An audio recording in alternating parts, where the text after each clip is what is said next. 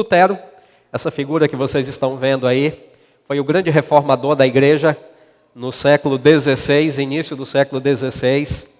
Lutero ele foi perseguido pela igreja e ele precisou ser protegido pelo príncipe da região onde fica hoje a cidade de Munique, na Alemanha, aquela região conhecida como Baviera. E ele foi protegido ali pelo príncipe da Baviera. E ele esteve muito tempo isolado. Colocaram ele em um castelo isolado, longe do conhecimento de todo mundo. Lutero não podia sair, não podia ser visto. Ele não estava preso, mas era uma medida de proteção para ele, para que ele pudesse ser resguardado. E ali, durante o tempo em que passou isolado, Lutero traduziu a Bíblia para a língua alemã. Foi a primeira tradução moderna da Bíblia, foi feita por Lutero para a língua alemã. E Lutero, naqueles momentos lá de isolamento, naqueles momentos de solidão, naqueles momentos em que ele estava sozinho, ele tinha um salmo que ele meditava muito nesse salmo, que é o Salmo 46. Esse era o salmo de Lutero.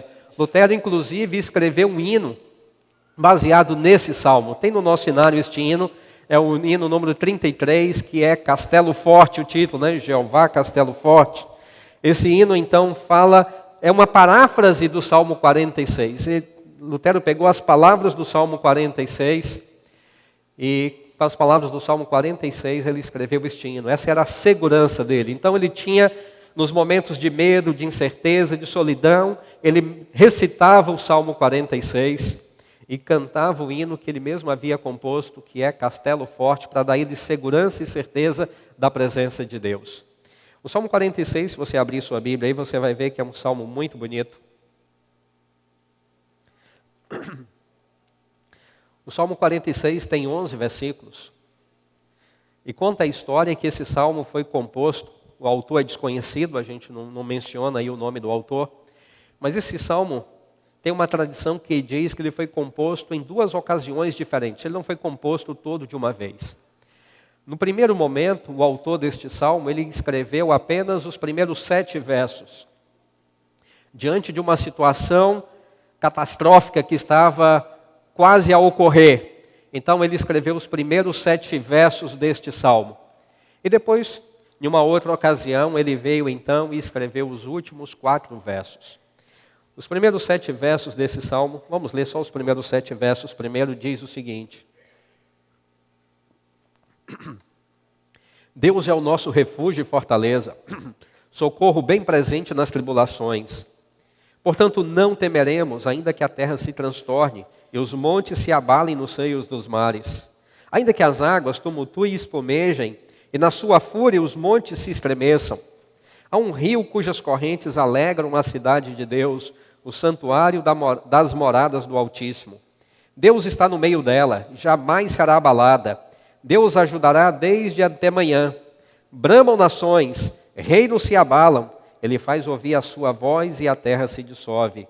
O Senhor dos exércitos está conosco. O Deus de Jacó é o nosso refúgio. Perdão. Então, de acordo com a história, o salmista parou aqui. Ele escreveu os primeiros 7 versos e achou que o salmo já estava pronto. Se você for olhar, você vai perceber que este salmo está falando de confiança em Deus.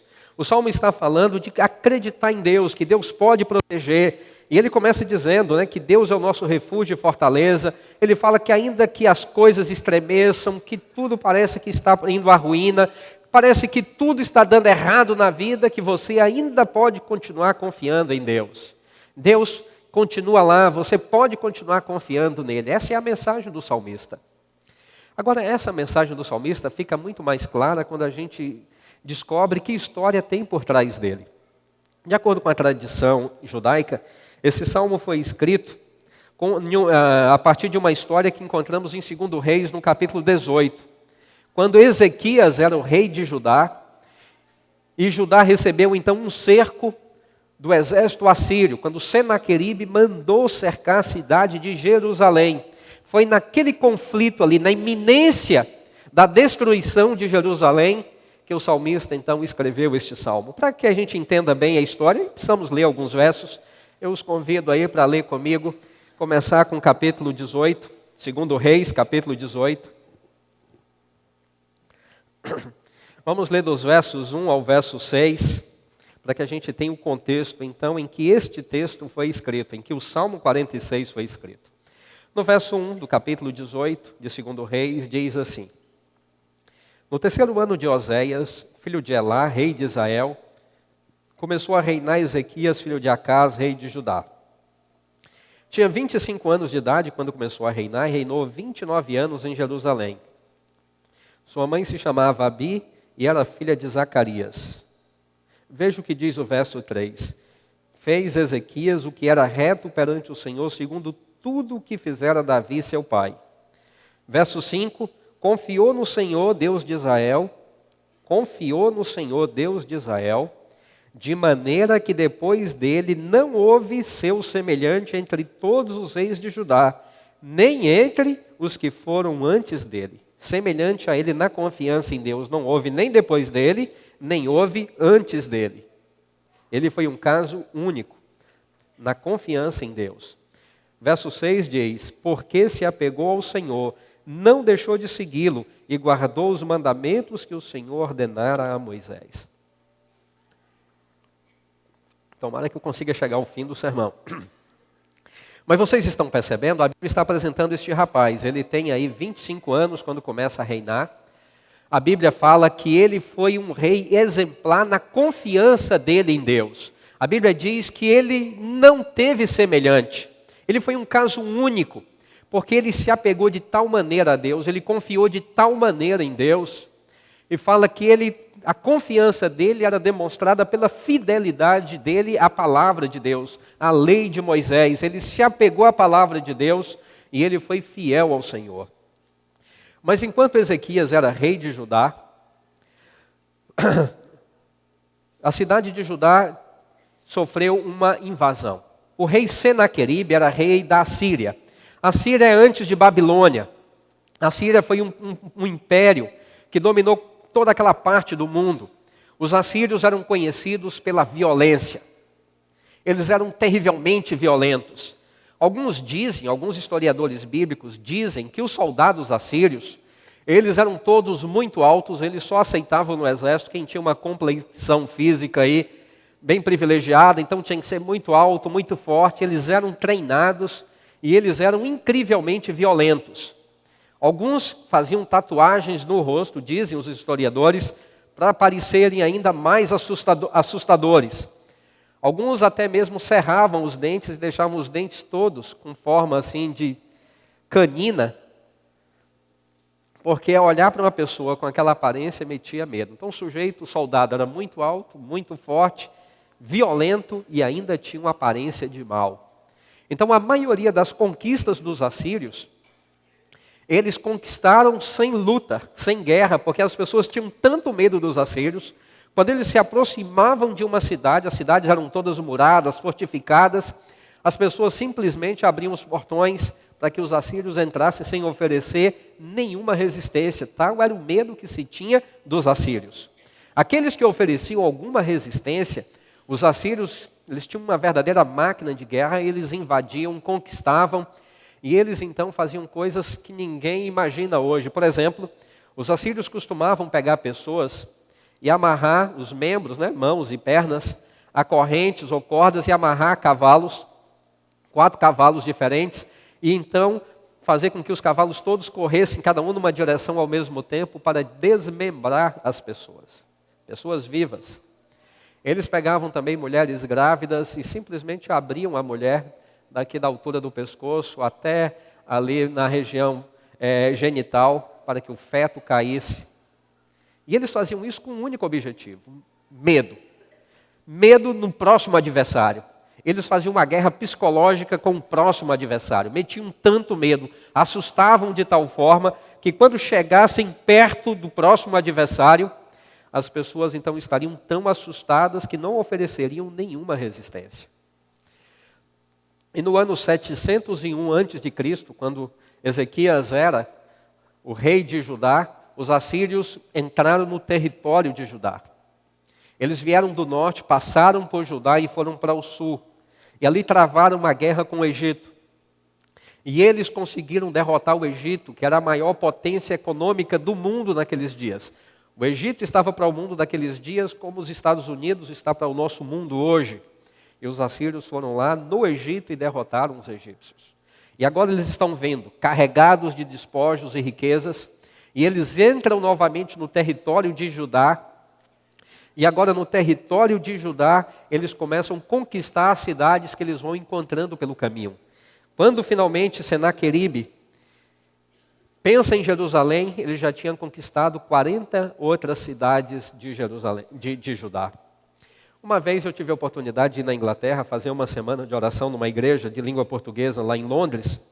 E as pessoas que me receberam durante a semana me levaram no museu de Londres, lá para ver o museu, um museu gigantesco, né? Maior do que um quarteirão nosso aqui inteiro. E eu andei por lá sozinho durante o dia, meio perdido, e sem querer encontrei uma sala que dizia assim, Império Assírio. E eu me interessei, eu entrei ali, e tinha lá nas paredes assim, imagens de uma guerra gravadas em cimento, né? Estavam ali em alto relevo no cimento em toda a sala. E eu olhei ali, eu já tinha visto aquela figura em vários livros, e lá tinha um texto. Esse texto da Bíblia, de 2 Reis, capítulo 18, estava lá. E ali dizia, este painel foi retirado do palácio de Senaqueribe nas escavações que foram feitas na cidade de Nínive. E lá tinha a data em que foram feitas as escavações e por quem tinha sido feita. E essa paisagem estava então na sala do rei. E eu fiquei imaginando, os reis da Síria sentavam ali olhando para aquela coisa o tempo inteiro. E agora eu estava tendo o privilégio de ver também. É exatamente o texto que nós vamos ler agora. Veja só, agora a partir do verso 13. Vamos ler até o verso 16. No 14º ano do rei Ezequias, subiu Senaqueribe, rei da Síria, contra todas as cidades fortificadas de Judá e as tomou. 40 cidades, ano 701 a.C. Então Ezequias, rei de Judá, enviou mensageiros ao rei da Síria, que estava na cidade de Laquis, ficava 40 quilômetros distante de Jerusalém.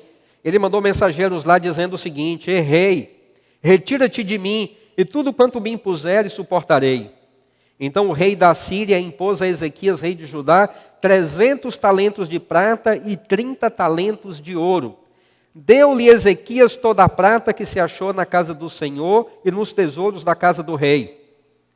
Foi quando Ezequias arrancou das portas do templo do Senhor e das ombreiras o ouro de que ele, rei de Judá, as cobrira e os deu ao rei da Síria. Vocês estão vendo? Perdão aí, mas não tem jeito de evitar a tosse no microfone. Vou deixá-los surdos até o final do sermão. Mas vocês estão vendo, o rei Ezequias, então, ele fica com medo também. Mesmo sendo um homem de Deus, ele também tinha medo. Ele teve medo do exército assírio. Ele percebeu que pelo andar da carruagem, o próximo alvo seria fatalmente Jerusalém. Era a maior cidade onde estavam concentradas todas as riquezas do império. Então, fatalmente, Jerusalém seria a cidade no caminho. E enquanto Senaqueribe ainda estava a 40 quilômetros de distância, Ezequias manda mensageiros e diz, por favor, não venham a Jerusalém. Eu faço tudo, não vou lutar contra vocês. Eu errei quando eu quis me independer do Império Assírio. Por favor, coloque a multa que você quiser, cobre o preço que você quiser para não vir a Jerusalém. Quanto você quer para não vir a Jerusalém? E nós vimos aqui, ele impôs aí 300 talentos de prata e 30 talentos de ouro. 300 talentos de prata são 10 toneladas, 10 mil quilos. E 30 talentos de ouro é 1 tonelada de ouro. Então essa foi a multa. A multa é 1 tonelada de ouro e 10 toneladas de prata. Pela cotação de quinta-feira, 1 tonelada de ouro é o equivalente a 144 milhões de reais. Ou quase 40 mil dólares. 40 milhões de dólares americanos. Essa foi a multa que ele cobrou apenas em ouro. 40 milhões de dólares americanos ou 144 milhões de reais. A prata, 17 milhões ou quase 18 milhões de reais. E o ouro, 4 milhões, a prata em dólares americanos, 4 milhões e praticamente 900 mil dólares. Juntando as duas coisas, então 162 milhões de reais, ou 44 milhões de dólares americanos. Essa foi a multa que Senaqueribe cobrou. O que fez o rei Ezequias? O texto diz que o rei Ezequias, em primeiro lugar, ele saqueou todas as reservas do império que havia em Jerusalém, mas não havia nem ouro suficiente, nem prata suficiente. No segundo momento, então, ele mandou tirar todo o ouro que havia no templo. Ele mandou tirar o ouro que havia nas portas do templo. As portas eram de madeira, todas revestidas de ouro. Ele mandou tirar todo o ouro. Havia ouro em vários lugares dentro do santuário. Ele mandou tirar também. E a mesma coisa com a prata. Ele mandou tirar toda a prata que havia no santuário. Ele pesou tudo. Finalmente eles tinham 1 tonelada de ouro, 10 toneladas de prata. E ele manda então mensageiros levar para entregar ao rei Senaqueribe. Eu gostaria que vocês guardassem esse número aí, pelo menos o último número ali, 44 milhões de dólares. Esse número é importante, a gente vai voltar a ele no final do sermão. 44 milhões de dólares. Guarde isso na sua mente aí, por gentileza. Mas a história continua, agora com os versos 17 a 18. Assim, contudo, o rei da Síria enviou de Laqueis é a cidade, 40 quilômetros distante de Jerusalém. Ele enviou 3 pessoas, Tartã, Rabsaris e Rabsaqué, com um grande exército, ao rei Ezequias a Jerusalém. Eles subiram e vieram a Jerusalém. Tendo eles subido e chegado, pararam na extremidade do aqueduto do açude superior, junto ao caminho do campo do lavandeiro. Tendo eles chamado o rei, saíram-lhes ao encontro Eliaquim, o mordomo, Sebna, o escrivão, e Joá. Estes 3 saíram então para receber aquela comitiva. Você percebe o que ocorreu aqui? Ezequias pagou esse grande valor para que o rei da Síria não viesse a Jerusalém, mas assim que recebeu aquela importância, 44 milhões de dólares americanos, o rei da Síria apareceu lá em Jerusalém logo em seguida. Ele pessoalmente não foi, mas ele mandou 3 oficiais para liderar um grupo de 200 mil soldados. Jerusalém era uma cidade pequena, aos termos de hoje, devia ter no máximo uns 30 mil habitantes. A cidade era murada, cercada. Do lado de fora da cidade, então, de repente, lá estão 200 mil soldados do exército mais poderoso que havia, com todo aquela aparência que eu já disse para vocês, e os 30 mil habitantes da cidade agora, eles estão assustados. Ezequias manda deixar os portões fechados. Ele disse, fechem os portões. E do lado de fora, então, lá está o exército assírio. Os mensageiros de Ezequias saem para falar com eles, para dizer, o que vocês estão fazendo aqui? Não pagamos o preço que vocês exigiram? Mas Senaqueribe deve ter imaginado, se ele pagou tão fácil 44 milhões de dólares, ele poderia ter pago também 200 milhões de dólares. Então, se eu pedir 44, eu subestimei o que ele poderia pagar, e ele mandou lá os soldados para buscar então o resto. Ele queria invadir Jerusalém e roubar toda a riqueza de Jerusalém. 200 mil soldados do lado de fora, uma população de 30 mil do lado de dentro, mas nem toda a população fazia parte do exército. Talvez eles tivessem um exército muito menor dentro da cidade de Jerusalém. E agora, o que fazer? E os mensageiros, então, de Senaqueribe, eles primeiro falam com os representantes de Ezequias. Eu queria que vocês, por favor, contassem aí, todas as vezes, quando eu ler aqui, a palavra confiança ou o verbo confiar. Eu queria que vocês contassem para mim, nestes versos que eu vou ler, quantas vezes eu mencionei a palavra confiança ou o verbo confiar. Vamos lá? Começando com o verso 19 agora. Rabsaqué lhes disse, dizei a Ezequias, assim diz o sumo rei, o rei da Síria, que confiança é essa em que te estribas? Bem posso dizer-te que o teu conselho e poder para a guerra não passam de vãs palavras. Em quem, pois, agora confias, para que te rebeles contra mim? Confias no Egito, este bordão de cana esmagada, o qual, se alguém nele apoiasse, lhe entrará pela mão e transpassará? Assim é Faraó, rei do Egito, para com todos os que nele confiam. Mas se me dizeis, Confiamos no Senhor nosso Deus. Não é esse aquele cujos altos e altares Ezequias removeu, dizendo a Judá e a Jerusalém: perante este altar adorareis em Jerusalém? Verso 30 agora. Nem tampouco vos faça Ezequias confiar no Senhor, dizendo: o Senhor certamente nos livrará, e esta cidade não será entregue nas mãos do rei da Síria. 33. Acaso os deuses das nações puderam livrar cada um a sua terra das mãos do rei da Síria?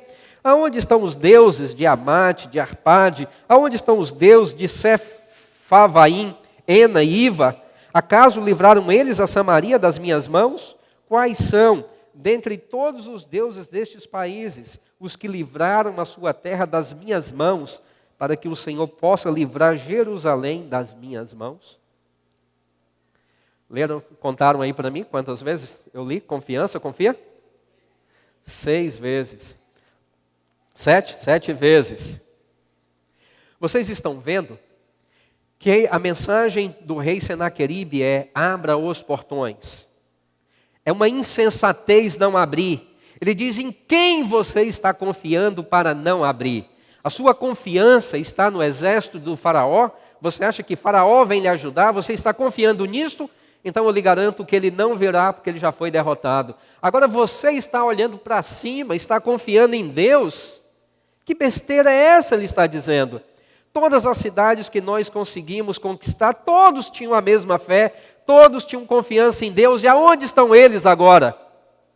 Qual foi o Deus que se levantou para defender a sua cidade? Vocês percebem que ele está lidando com 2 elementos. A confiança é uma coisa imaterial. Você não pode avaliar a confiança. Mas a ameaça era material, porque estavam ali 200 mil soldados extremamente violentos. A pergunta dele, do rei Senaqueribe, através do mensageiro para Ezequias, é: aonde você vai colocar a sua confiança? Em um Deus invisível? Porque as outras nações tinham deuses visíveis, mas nem os deuses visíveis, materiais, puderam livrar a terra deles. Agora você vai confiar num Deus invisível e vai deixar de abrir as cidades diante desta ameaça que é concreta, real aqui diante de você? Amigos, vocês percebem que essa é uma situação de crise. É uma situação terrível. Ali não é uma coisa de escolha certa ou escolha errada. Ali é vida ou morte. Se aqueles assírios entrassem em Jerusalém, eles não deixariam ninguém vivo. Principalmente a família real, mas não deixaria ninguém vivo. Saqueariam toda a cidade.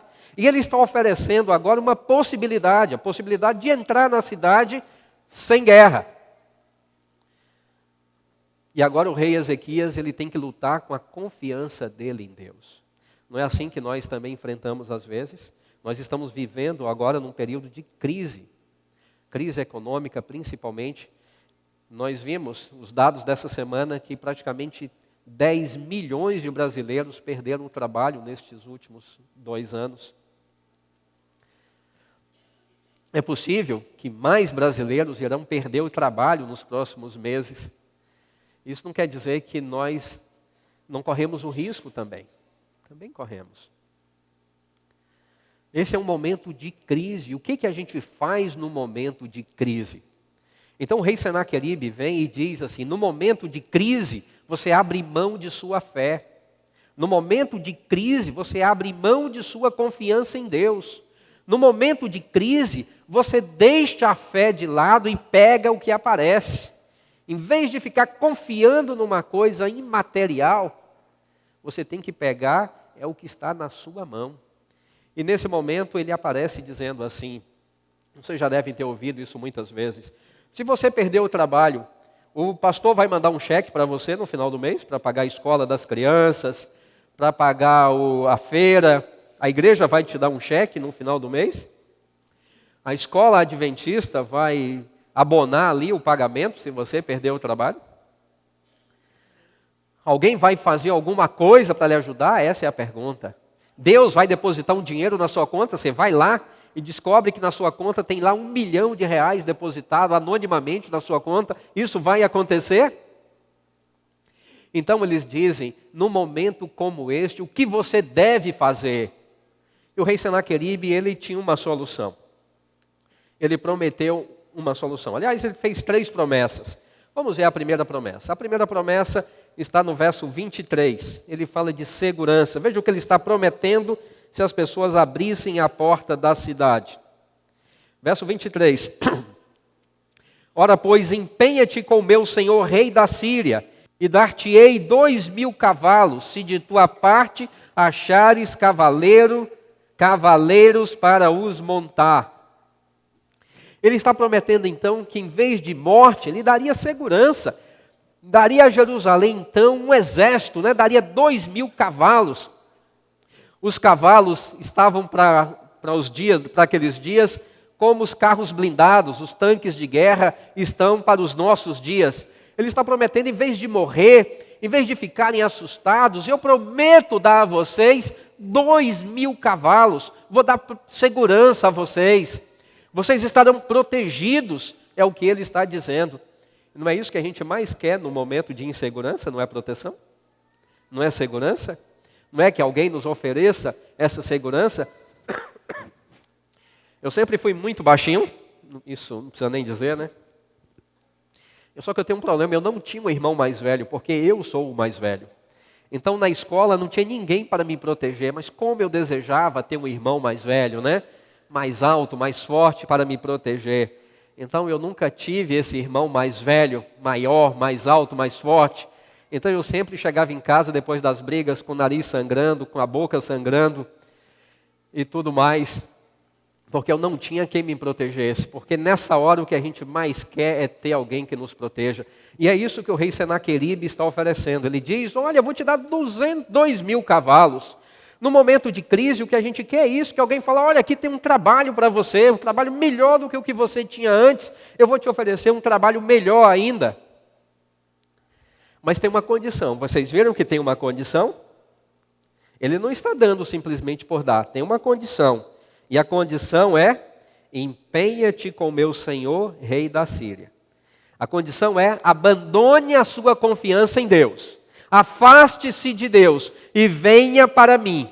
Então, tão somente, aí eu vou te dar os 2.000 cavalos. Mas a condição é, abandone a sua confiança em Deus, abandone a sua fé em Deus, aí então eu vou te dar a segurança que você quer. Segunda promessa, no verso 31. Do capítulo 18 ainda.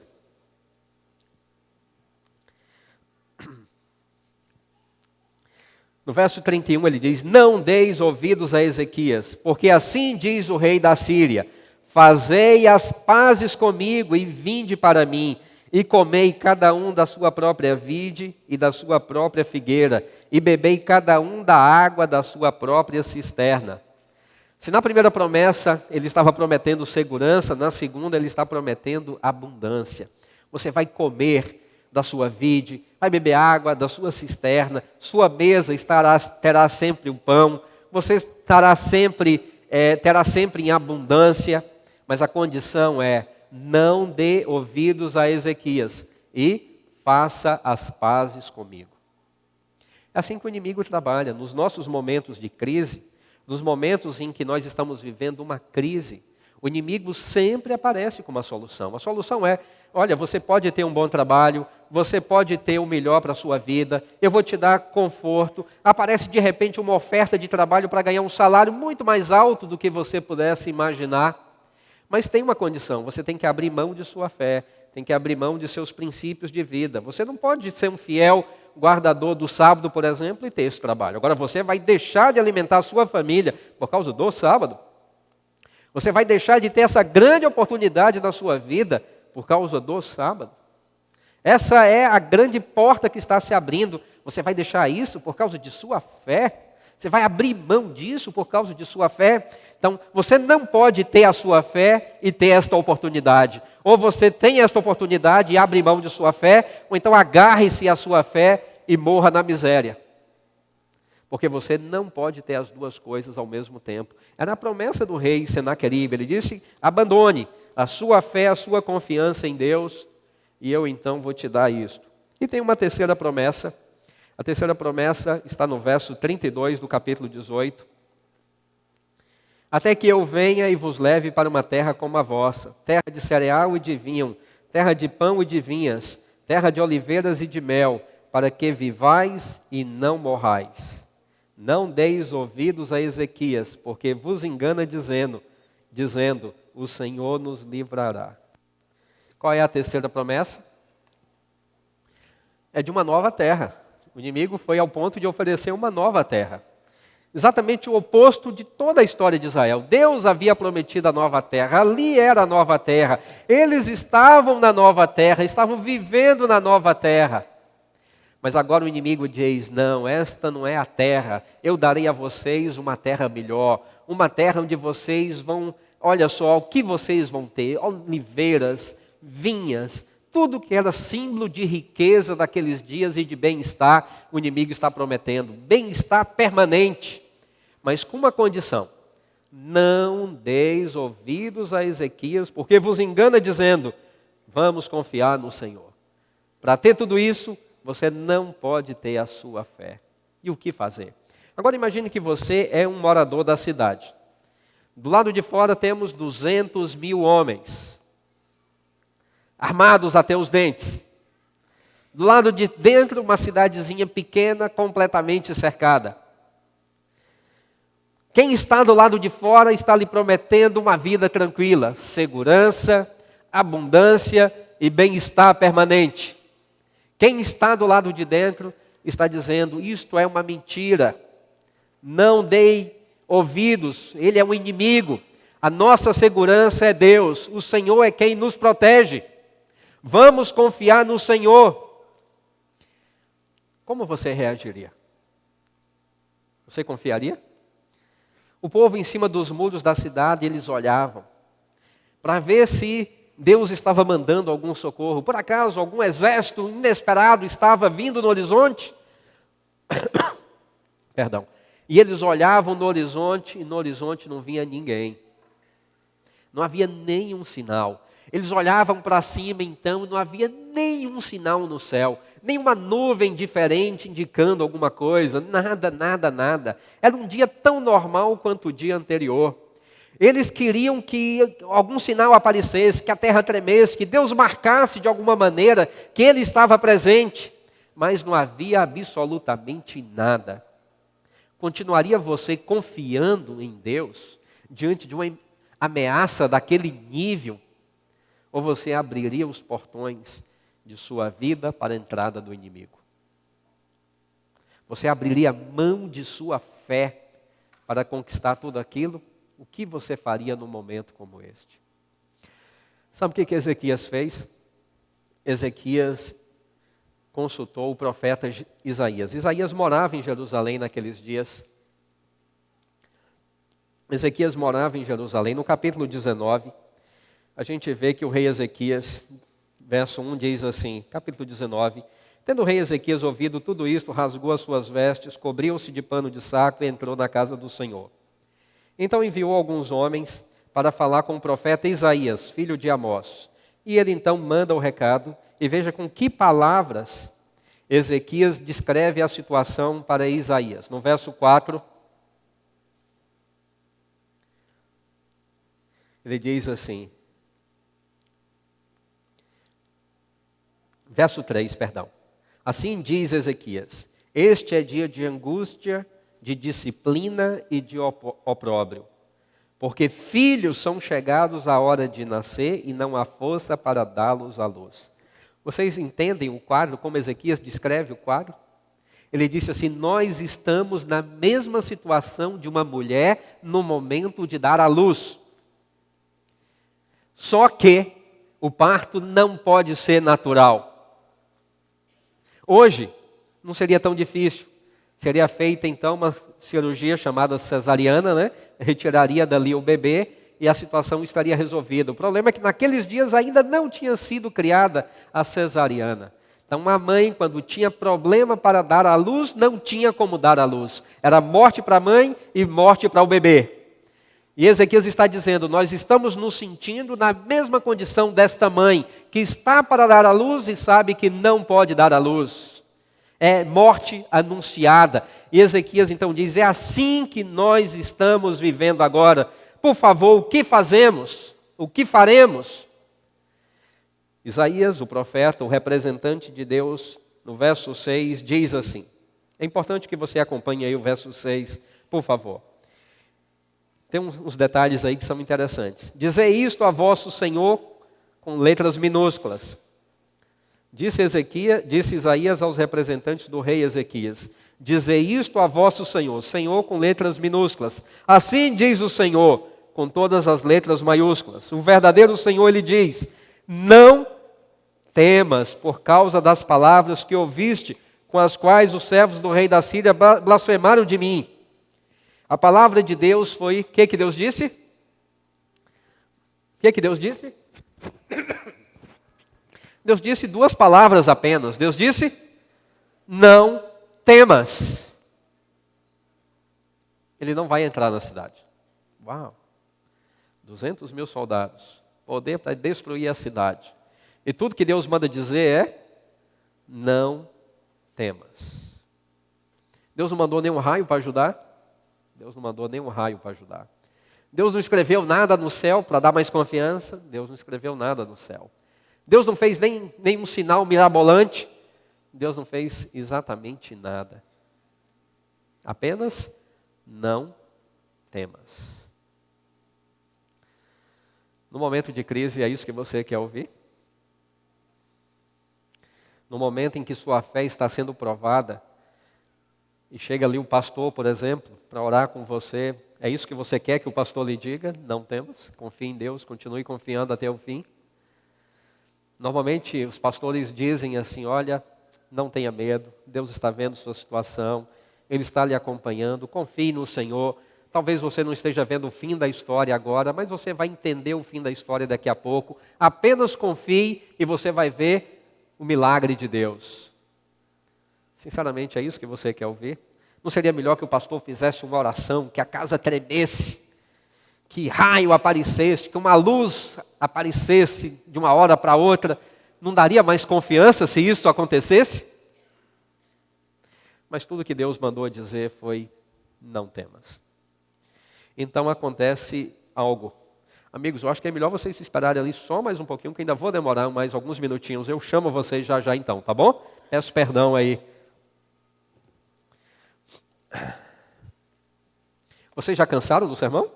Posso continuar mais um pouquinho? Então, obrigado.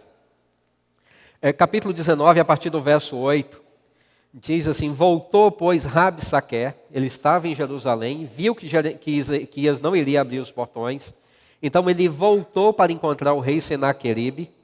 Diz que ele voltou e encontrou o rei da Síria pelejando contra Líbina, não mais a outra cidade anterior, Laquis, mas agora Líbina, que estava muito mais perto de Jerusalém.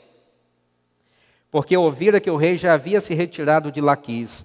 O rei ouviu o que a respeito, né, tinha falado lá de Tiraca, rei do Egito, e então ele mandou uma carta, e ele disse no verso 10, assim falareis a Ezequias, rei de Judá, não te engane o teu Deus, em quem confias, dizendo, Jerusalém não será entregue nas mãos do rei da Síria. Vocês percebem aonde está o ponto? O ponto na carta do rei era, não confie em Deus. Deus está te enganando. Não confie. E no resto da carta ele diz, quem pôde livrar qualquer cidade das minhas mãos? Na verdade ele estava dizendo, nós vamos entrar na cidade de qualquer jeito. Você abrindo os portões, não abrindo os portões, vamos entrar na cidade. A diferença é que se você abrir os portões, vamos poupar o povo. Não abrindo os portões, vamos matar todo mundo. Vamos roubar, saquear as riquezas da mesma forma, mas vocês todos morrerão e morrerão de uma forma dolorosa. Pode acreditar que eu sei como infligir dor àqueles que eu quero infligir dor. Ezequias então recebe essa carta, é um decreto de morte, é dizendo, você está perdido, ninguém pode fazer nada mais para te salvar. E a Bíblia diz que o rei Ezequias então, ele toma uma atitude. No verso 14, ele recebe a carta, se você puder acompanhar, capítulo 19, verso 14, ele recebe a carta das mãos dos mensageiros, Ele leu a carta e ele foi para a igreja, para a casa do Senhor. E fala que ele fez o seguinte com a carta. Ele entrou sozinho lá na igreja e ele pegou a carta e colocou no chão. Ele estendeu a carta no chão perante Deus. No verso 15, diz que ele orou perante o Senhor dizendo: ó Senhor Deus de Israel, que estás entronizado acima dos querubins, tu somente és o Deus de todos os reinos da terra. Tu fizeste os céus e a terra. Inclina, ó Senhor, o teu ouvido e ouve. Abre, Senhor, os teus ouvidos e vê. Ouve todas as palavras de Senaqueribe, as quais ele enviou para afrontar o Deus vivo. E no verso 19 ele termina: agora, pois, ó Senhor nosso Deus, livra-nos das suas mãos, das mãos do rei Senaqueribe, para que todos os reinos da terra saibam que tu e só tu és o Senhor Deus. Essa é a oração do rei. Ele sabia que o último recurso dele estava em Deus. O último e único estava em Deus. Então, em lugar de entrar no desespero completo, em lugar de abrir as portas da cidade, ele resolve dar um passo a mais. Ele resolveu dar o passo da fé. Até aquele momento, ele estava pregando a confiança em Deus, dizendo: não vamos abrir. Mas agora era um momento decisivo, porque o rei Senaqueribe ameaçou entrar na cidade naquela noite. E ele então vai e estende a carta diante de Deus e ora. E Deus manda uma resposta. A resposta, você vai ver aí na continuação, Deus manda o profeta Isaías falar com ele. A resposta vai do verso 20 ao verso 34, mas é muito longa a resposta de Deus. Eu vou ler apenas 2 versos, que é o 32 e o 33. Pelo que assim diz o Senhor acerca do rei da Síria: não entrará nesta cidade, nem lançará nela flecha alguma, não virá contra ela com escudo, nem há de levantar tranqueiras contra ela. Pelo caminho por onde vier, por esse voltará, mas nesta cidade não entrará, diz o Senhor. Qual era a resposta de Deus? Qual a resposta de Deus?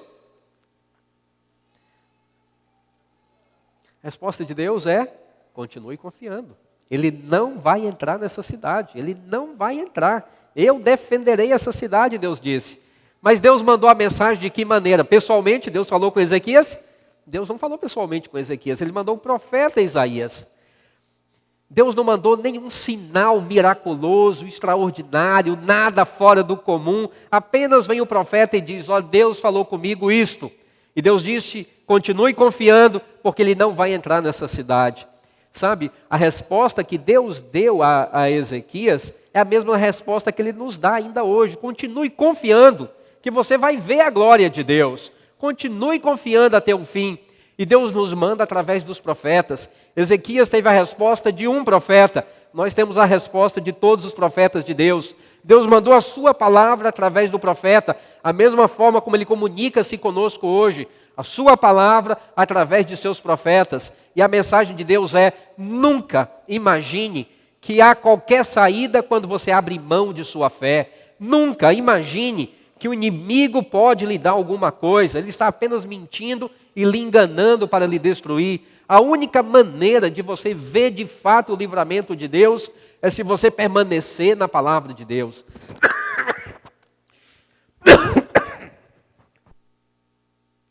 Eu não posso me entusiasmar. Mas é difícil não entusiasmar vendo essa história, né? Então Deus está dizendo: permaneça na palavra. Deus está dizendo para você hoje também: quando a tentação bater, levante a palavra de Deus, fique com a palavra de Deus. E Deus está lhe prometendo que ninguém vai lhe destruir, ninguém vai lhe derrotar, ninguém vai lhe colocar na miséria se você toma o passo da fé e confia na palavra que Deus mandou através de seus profetas. Apenas confie, Deus disse. E sabe o que Ezequias fez? Ezequias resolveu confiar. Então, ele se preparou para o que iria acontecer naquela noite. Ele não sabia o que iria acontecer, mas ele tinha a segurança que Deus disse que o rei da Síria não entraria na cidade. Então as pessoas, quando receberam de Ezequias a mensagem de que não abririam os portões, o povo dentro da cidade quase que se revoltou contra o rei Ezequias. mas resolveram ficar ao lado dele por último. Então, pais se despediram dos filhos, mães e mulheres e maridos se despediram. As pessoas estavam chorando por toda parte. Ninguém pegou na espada para lutar, porque sabia que era impossível. Não tinha sentido lutar contra aquele tipo de exército. Então as pessoas simplesmente esperaram pelo ataque naquela noite e ficaram esperando. Então a noite veio e eles ficaram imaginando, daqui a pouco eles vão nos atacar. E às 10 horas da noite, ninguém tinha aparecido ainda nos portões. À meia-noite, eles já estavam com os nervos à flor da pele, era uma guerra psicológica, nada tinha acontecido. Esperaram pela madrugada, nada. E finalmente o dia estava amanhecendo e ninguém atacou. Finalmente, quando o dia clareou e eles puderam olhar de cima dos muros, eles viram uma cena incomum e inimaginável. Simplesmente os assírios estavam dormindo, na maior tranquilidade. Eles não podiam acreditar naquilo. O dia já amanheceu, eles não atacaram, estão dormindo. E depois que a curiosidade foi vencida, eles enviaram alguém no acampamento assírio para descobrir o que tinha acontecido. Vê, por favor, na sua Bíblia aí, a partir do verso 35 do capítulo 19. Então, naquela mesma noite, veja que a Bíblia diz naquela mesma noite, era a noite do ataque. Então, enquanto a população de Jerusalém está amedrontada dentro da cidade, o rei Ezequias está orando lá no palácio, o profeta Isaías também está orando. Então, naquela mesma noite, no silêncio da noite, saiu o anjo do Senhor. É interessante que a palavra anjo está com A maiúsculo aí. Não é um anjo qualquer, o anjo do Senhor saiu. E o que o anjo do Senhor fez? Feriu no arraial dos assírios 185 mil. 185 mil. E quando se levantaram os restantes pela manhã, eis que todos estes eram cadáveres. Retirou-se, pois, Senaqueribe, rei da Síria, e se foi e voltou e ficou em Nínive. Irmãos, vocês viram o que aconteceu? O anjo do Senhor se levantou naquela noite, um único anjo do Senhor se levantou, não o exército de anjos do Senhor, mas um único anjo do Senhor se levantou naquela noite, e fala que matou quantos soldados do exército mais poderoso da terra? Um único anjo do Senhor? 185 mil morreram naquela noite, 185 mil soldados no exército mais poderoso. Veja só o que Deus fez, um único anjo do Senhor se levantou para proteger aquele povo. Diz que os restantes, quando perceberam o que estava acontecendo, saíram correndo para fora, amedrontados, morrendo de medo. E o anjo do Senhor se levantou para livrar o seu povo. Agora é interessante que o texto começa assim, naquela mesma noite. A noite que era para ser a última noite da história de Jerusalém, a noite para ser o fim de tudo, se converteu no dia seguinte na maior vitória da história do povo de Deus. Numa noite, tudo mudou. E por que mudou? Por duas razões. Primeira razão, porque Deus se levantou para livrar o seu povo. E a segunda razão, porque o seu povo teve coragem de confiar no Senhor. Porque o povo, liderados pelo rei Ezequias, tiveram coragem de confiar até o fim, numa única noite, Deus se levanta para mudar completamente a situação. De derrota total, de extinção, para uma grande vitória. Só que a vitória era muito maior, não era apenas a vida que havia sido conquistada. Lembra qual era aquele valor que nós falamos no início do sermão? Quanto tinha sido a multa paga ao rei Senaqueribe para que não invadisse Jerusalém? 44 milhões de dólares. Agora faça uma conta rapidamente comigo. 200 mil soldados estão vindo de uma grande conquista no Egito. Estão trazendo toda a pilhagem da guerra. Vamos imaginar que 200 mil soldados trouxessem consigo o equivalente em armamento, que era muito caro, roupas, pedras preciosas e ouro e prata, o equivalente a 3 mil dólares. Quem pode me ajudar aí? 3 mil vezes 200 mil. Quanto nós vamos encontrar? 600 milhões de dólares. No mínimo. Poderia ter sido 5 mil, o que cada um estava trazendo consigo, daria 1 bilhão de dólares. Vamos deixar por baixo. Então, uns 2, 3 dias antes, Ezequias tinha enviado para o inimigo 44 milhões de dólares. 2, 3 dias depois, Deus envia de volta para Jerusalém o equivalente a 600 milhões de dólares. Para quem estava pronto a morrer, agora a coisa muda completamente. Eles não apenas tinham sido poupados, mas Deus tinha transformado a situação econômica deles. Sabem por quê? Porque Deus se levanta para defender aqueles que têm coragem de confiar nele até o fim.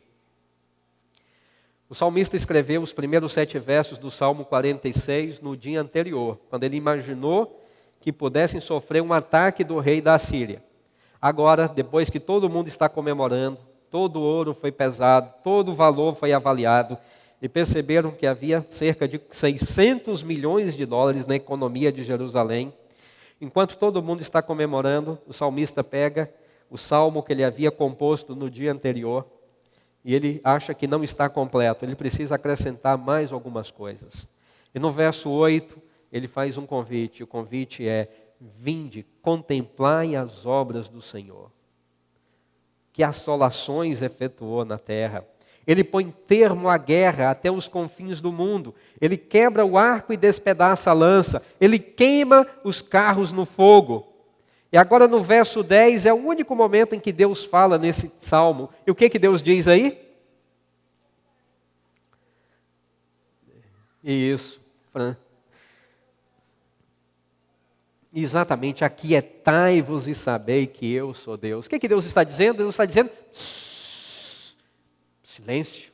Por acaso vocês imaginaram que eu não seria capaz de defendê-los? Em algum momento passou pela cabeça de vocês que 200 mil soldados assírios eram um poder suficiente para me derrotar, que eu não poderia protegê-los nesta crise? Então a voz de Deus é Deus dizendo: silêncio, né? Aquietai-vos e sabei que vocês não estão servindo a um homem, vocês não estão servindo a um rei, vocês não estão servindo a uma igreja, vocês não têm lealdade a uma pessoa, vocês estão servindo é o Deus dos céus, o Criador dos céus e da terra. Deus disse então: silêncio. E ele vai mais longe, ele não diz apenas aquietai e sabei que eu sou Deus. Ele diz: sou exaltado entre as nações, sou exaltado na terra. E finalmente no verso 11, o salmista termina exatamente como ele tinha terminado no dia anterior. O verso 7 e o 11 são iguais. O Senhor dos exércitos está conosco. Quem é o nosso refúgio? É o Deus de Jacó. O Deus de Jacó é o nosso refúgio. Por que não vemos hoje os atos extraordinários de Deus? Por que não vemos mais hoje os atos extraordinários de Deus? Não seria porque não temos hoje pessoas que confiam em Deus como Ezequias confiou? Deus mudou? Deus não mudou. Mudaram foram as pessoas, os homens, a nossa confiança em Deus. Querido, no momento da crise, não tenha medo de confiar em Deus. No momento de crise, coloque Deus em primeiro lugar. No momento de crise, não tenha medo de confiar em Deus. Às vezes, no momento de crise, nós deixamos de devolver o dízimo, por exemplo. Pensamos, temos que pagar algumas contas, não tem outra solução. Mas é exatamente isto que o inimigo quer, que você deixe de confiar em Deus. Que você passe a encontrar uma solução com suas próprias forças. É exatamente o oposto daquilo que Deus gostaria. Mas então o inimigo nos leva a duvidar de que Deus de fato pode se levantar ainda hoje para nos socorrer. Às vezes, no momento de crise, nós abrimos mão de nossa fé para aproveitar alguma oportunidade, com medo de faltar a comida na mesa, o dinheiro do aluguel no final do mês, o dinheiro da escola das crianças. É exatamente isto que o inimigo quer, que você corte sua ligação com Deus. Mas é nos momentos de crise que nós devemos confiar em Deus. Se você confiar até o fim, você ainda vai ver hoje os atos extraordinários de Deus. Naquela mesma noite, diz o texto, na pior noite, se transformou no dia da maior vitória. Porque é apenas uma noite, o anjo do Senhor se levanta para defender os seus. Não houve raios, não houve trovões, não houve nenhuma coisa catastrófica. No silêncio da noite, quando ninguém estava vendo, Deus se levantou para defender os seus. Que você tenha em Deus a mesma confiança do rei Ezequias. Não esqueça nunca, nos momentos de crise, aquietai-vos e sabei que eu sou Deus. Que Deus nos abençoe. Amém. Vamos ouvir então agora o nosso hino final. Castelo forte é o nosso Deus. Vamos cantar em pé o hino de número 33.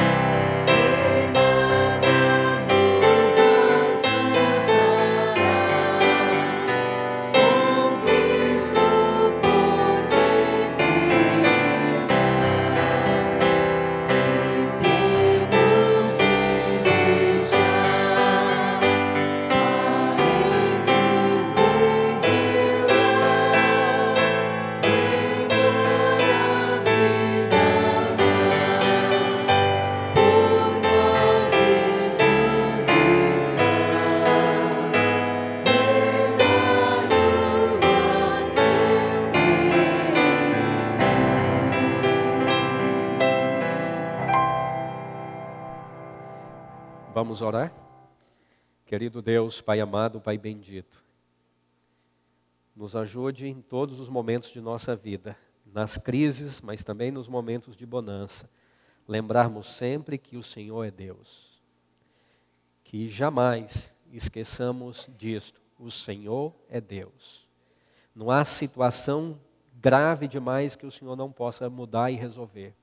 Não há crise suficientemente forte para destruir aquele que põe a confiança completa no Senhor. Por isso, querido Deus, nos dê a sensatez e a fé que teve o rei Ezequias de confiar no Senhor, mesmo que estivessem 200.000 soldados do lado de fora da cidade, mesmo que corramos perigo, inclusive, de perdermos a vida. Nos ajude a nos levantarmos, continuando confiando no Senhor. Nós queremos ter esta mesma fé, querido Deus, e deixamos a nossa vida em Tuas mãos.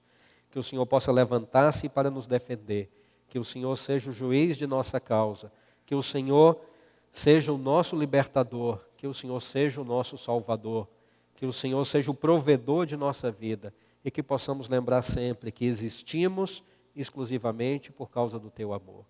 Na Tua vida colocamos a nossa vida, nas Tuas mãos colocamos a nossa vida, no nome de nosso Salvador Jesus Cristo. Amém.